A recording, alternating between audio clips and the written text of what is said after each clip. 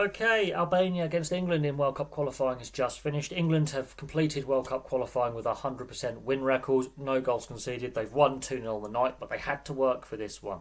Now, Albania are still not out of qualifying. They go through to the playoff section of the qualification stage, and they could still be playing next year at the World Cup. But this Albania side's come a long way since England put five past them in 2021 in the first half of a World Cup qualifier at Wembley. They've come a long way. They've only conceded the 5 goals in qualification for at this stage of qualification.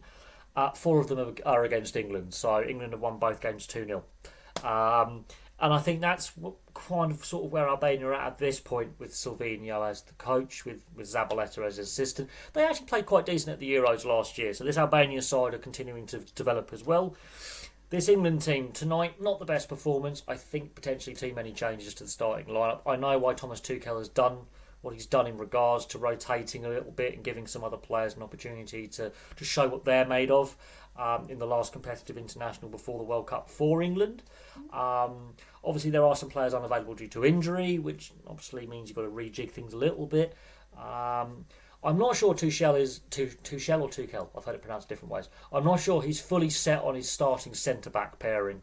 I think Dan Burn and John Stones played pretty well tonight. Obviously, Mark Gay, Crystal Palace captain. Obviously, he's missed these last couple of games with injury, but again, he's a pretty good centre back as well. So you've got some good options there. You've got winners there. These are all players that have played in cup finals and won trophies. You've got some good players there. Now, obviously, Harry Maguire hasn't featured in a couple of these international breaks now. Is his time as an England player coming to an end?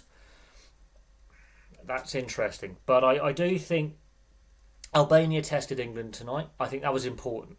That England had a proper test. And Albania have tested them in both games. There was a purple patch for Albania at the beginning of the second half. Dean Henderson's had to pull off some good saves. And that tackle where he has to rush out when Albania are through on goal, if that's Pickford, that's potentially a foul. Pickford's always been known for that little bit of rush of blood to the head a little bit. Brilliant keeper that he is, but Dean Henderson does very well, quite calm into that situation, where another keeper, maybe not even Pickford, if they're another one of the keepers that England could call upon, probably gives away a foul there, puts England under further pressure. Dean Henderson does quite well. That's when the game is at 0-0. That is a crucial moment in the game. Now, I do think some of the personnel changes impacted the flow. Some of the combinations are new to some of the players. There are some key players out injured.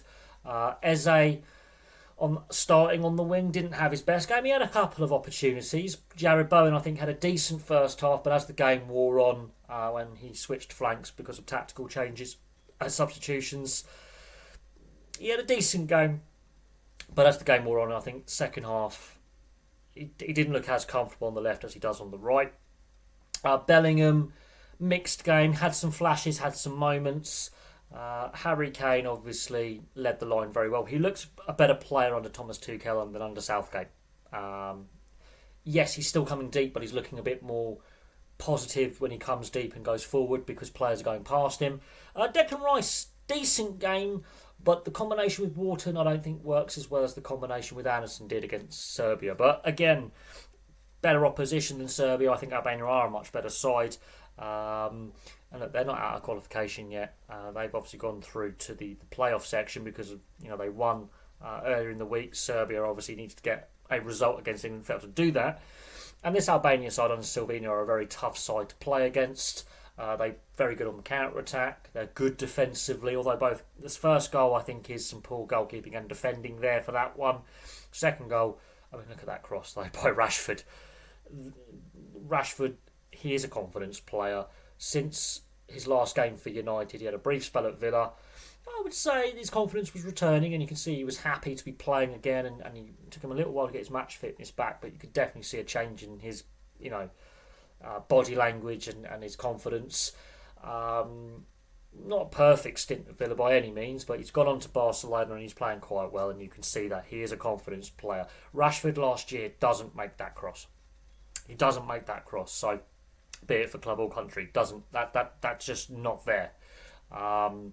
And look, Kane gets 2 goals, still 1 hat-trick short of equaling Jimmy Greaves' record for England. He's got 5, Jimmy Greaves has 6. Now, the game itself, England, I think Bowen had the best opportunity in the first half, forcing a very good save from Strakoja, the Albanian goalkeeper. There were some other opportunities. Declan Rice had a couple of opportunities. There was one really early on. Eze, had flashes. I think with how the midfield was set up, Declan Rice is pushing more forward. What was interesting is, so far in qualifying, Declan Rice has taken the majority of corners when he's played. What is interesting is Wharton was taking the corners tonight when he was on the field and Rice was on the field, and Rice was taking the free kicks. Just noticed that was quite an interesting one. Now both Wharton and Rice obviously dominate the set plays at club level. That has obviously been decided by Thomas Tuchel that he wants to see another option when it comes to set plays. That has to be, because Declan Rice has been dominating the set play taking for England during qualifying. So Wharton taking the corners, quite an interesting, but it's a different option. Now the first goal comes from a corner from Saka, because Rice obviously, clearly tonight it has been decided that Declan Rice is not taking corners for a tactical reason, and that Thomas Tuchel is looking at other players as other options. And Saka, his first corner of the night, results in a goal. Now, that's not a knock on Wharton. He's a good box-to-box midfielder, but I think Anderson played better against Serbia, and when Anderson came on, you could see there was a little bit more threat potentially. As the game wore on, obviously fatigue's a factor. Anderson has a little cameo in the second half today. Wharton had a little cameo in the second half against Serbia. But these are good young players. These are good options for Thomas Tuchel to have. And Wharton is a decent player. Whether that combination works with Declan Rice, we shall see what happens in the next international break, whether they both get call-ups to play alongside Declan Rice, and how Tuchel looks at that midfield. Now, the goals. Saka takes the corner for Harry Kane's first. Look, it's a flick on from the Albanian defender. It's not actually the worst corner, it's not the best, but there's enough on it to beat the first defender who flicks it on. But Harry Kane is left pretty much unmarked in there. He's ghosted in. The keeper, Strakoja, he's had a decent game up to this point. He's pulled off some good saves, stays on his line. I think in that situation, potentially you want him challenging Harry Kane for the ball, putting a bit more pressure on Kane. But as it is, Harry Kane ghosts in, loses his markers, and it's a tap-in. And I think England needed that, because otherwise this game was going to be ending up a 0-0, I think. Dean Henderson's playing fantastically in the England goal. But I think the changes were needed as well. I think England looked a little bit flat tonight. They didn't look as dominant. They had a lot of the ball. They did create chances, but Albania were frustrating them. And, I think when the tactical changes and the substitutions came in the second half, I think that was necessary. Harry Kane's second goal, that cross from Rashford. Rashford, a year or two ago, doesn't make that cross. Rashford is clearly a confidence player. Look, he gets a lot of criticism by the mainstream media, social media, from fans. He's a confidence player. He's not a bad player. He's a confidence player. I think some of the things that have been said about Rashford in the mainstream media and on social media, I think are unfair, bit unfair. If you're going by performances, yeah, okay. Towards the end of his time at Man United, it was clear that he wanted out of the club. The relationship had broken down. He was not happy there. He was unsettled there. Goes to Villa, has a decent spell at Villa. Goes to Barcelona, now on loan. He's playing brilliantly. Marcus Rashford, when his confidence is up, you see what you get. That is a brilliant pinpoint cross. And Kane scores his second goal. Now, before we end this, I think, it was a tough test tonight. I think England needed a match like this. I think Thomas Tuchel needed a performance like this to assess some options and work with the players. He's not going to have them back in camp again till March. So it's going to be a long time without. So he's going to be doing a lot of scouting. But I think this was a game England needed, a bit of a wake-up call. They've had a very easy time in qualifying. But that performance against Albania wasn't great. They laboured there a little bit against a team that's just going to defend.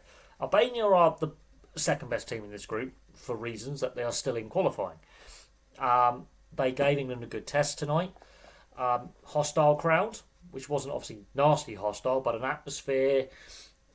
outnumbered England fans, good tempo to the Albanian team in defence and attack, good energy, good fitness, good structures, and that's tough to play against. They look dangerous on the counter attack. They exposed England a few times, especially down England's right. They exposed them a little bit, and Dean Henderson had a good game in goal, which I think was important as England's number 2. I think he's now cemented as he's going to be in the squad, and he's going to challenge Pickford. I think that's where the competition for number 1 spot is now. If Pickford's fit for the World Cup, he starts. But if England, let's say Pickford gets injured playing for Everton, and it's a serious injury or misses out for whatever reason, Dean Henderson is going to be the next man on the cab rank, basically, in goal. The injury to Borja right at the end is a nasty one. Now, look, there's 2 England players near him. They don't touch him. That could either be a fractured ankle or an Achilles or a twist. I'm looking at more of a fracture or an Achilles, the way he goes down there. If that is a sprained ankle, you can probably limp off the field with support with the syndesmosis is the injury official term. I think he's got a stress fracture there, or he's done his Achilles, because he goes down with no one touching him. And that's not even the load-bearing ankle. The other ankle is the one that's taking more of the load at that time, which is they're the worst type of injuries when there's no contact.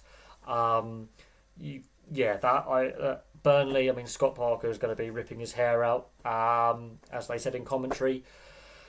That was a dampener on the evening. I think both sides acquitted themselves quite well. It was a good playing surface. The game was played. There was some physicality, yes, but I think the game was played in the right way. Both sides showed some good energy, but that is a serious ankle injury, especially, as I say, when no other player, there's no contact on him from Dan Burn, for example, or Anderson, I think, was the other player in attendance. They were just making sure there's pressure on the attacker, blocking his passing lanes. He turns and just goes down, and it straight away they knew he was in bad shape, and he's left on a stretcher. That's looking like a very serious, potentially season-ending. And of course, Albania have got qualifiers coming up, potentially against Wales or Scotland. Depends how, obviously, the playoffs, how things work out. But serious injury, and I think that's going to be concerning for Silvino when he selects his next squad going forward as well. But England, 100% winning record. Not the best performance tonight, but Harry Kane continues to put the goals in the back of the net. And I have no doubt Harry Kane will equal Jimmy Greaves' hat-trick record for England, if not surpasses it before too long. But there we go. Thank you very much for watching. Place your thoughts in the comments section below. We've got Northern Ireland playing a qualifier tomorrow evening, so I will be watching that. And then Scotland play again on Tuesday. So we've still got some qualifiers left, and meaningful qualifiers left from home nations teams to look at. But from me for now, thank you very much for watching, and I'll have some more content for you all very, very soon.